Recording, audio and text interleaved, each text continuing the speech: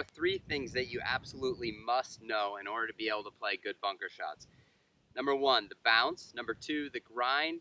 And number three, your swing radius.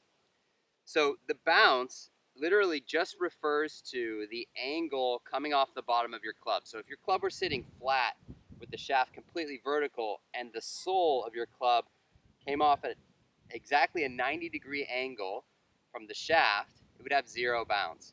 But as we start seeing more and more angle down, that's more bounce. And every club in your bag has bounce, with the exception of maybe your woods or your driver. But when we're talking about sand wedges or wedges in general, when we're hitting bunker shots around the green, that bounce is really important. The more bounce we can have, the better. And the reason we need so much bounce is because we've got to be able to get the club to sort of skip through the sand. We don't want the club digging through the sand and getting stuck. So that's kind of what the bounce angle is. But more importantly, the grind of your wedge will have a huge impact on how capable you are at hitting out of bunkers. If you think about your club coming into this sand, and we already have the concept down, the understanding that our intention is to have the club sort of skip through the sand rather than dig and get stuck. If we understand that, then we know that we need a club or a club that will help us kind of get through the sand better, more kind of skip off the sand. So think about it this way.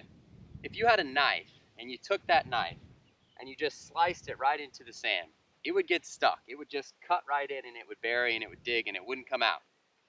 If you took a spoon and you took that same angle of attack, that same approach, and you let the bottom of the spoon hit the sand, the spoon would skip and come right out of the sand. So that's what we kind of need on the bottom of our wedges if we're trying to get some bounce, if we're trying to skip through the sand.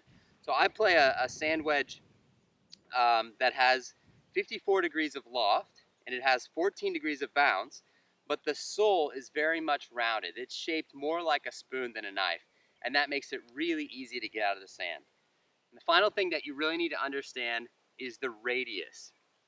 Now, radius can refer to a lot of things in the golf swing, but what we're talking about, or the way I'm using the term radius, is to just give you an idea of the length or the distance from your lead shoulder to the club head. That'll be one distance. If I shorten that radius and then lengthen it again, it's going to make timing be part of my impact and part of my low point in my swing.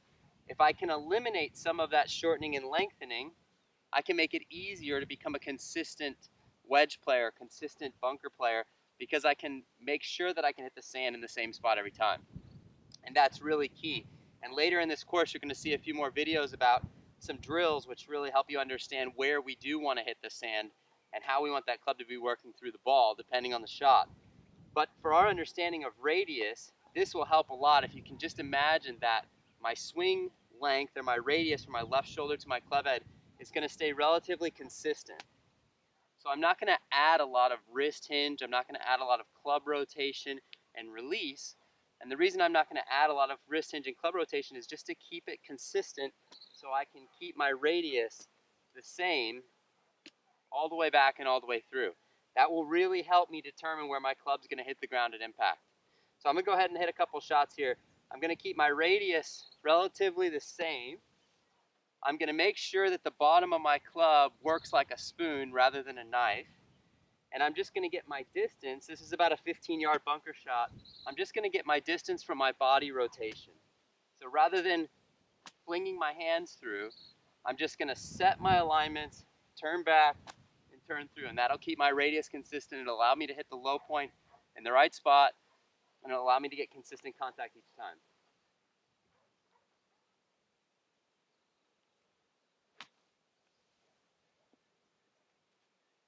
So that's about 6 feet from the hole, which I think is pretty acceptable from this bunker.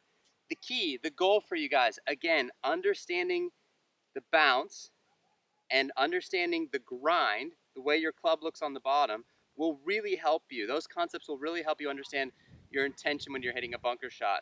And then to make it even simpler, by just having a consistent radius, you'll be able to impact the sand and exit the sand in the place you want to. So check out the rest of the videos in this course if you're interested in learning more about bunker play.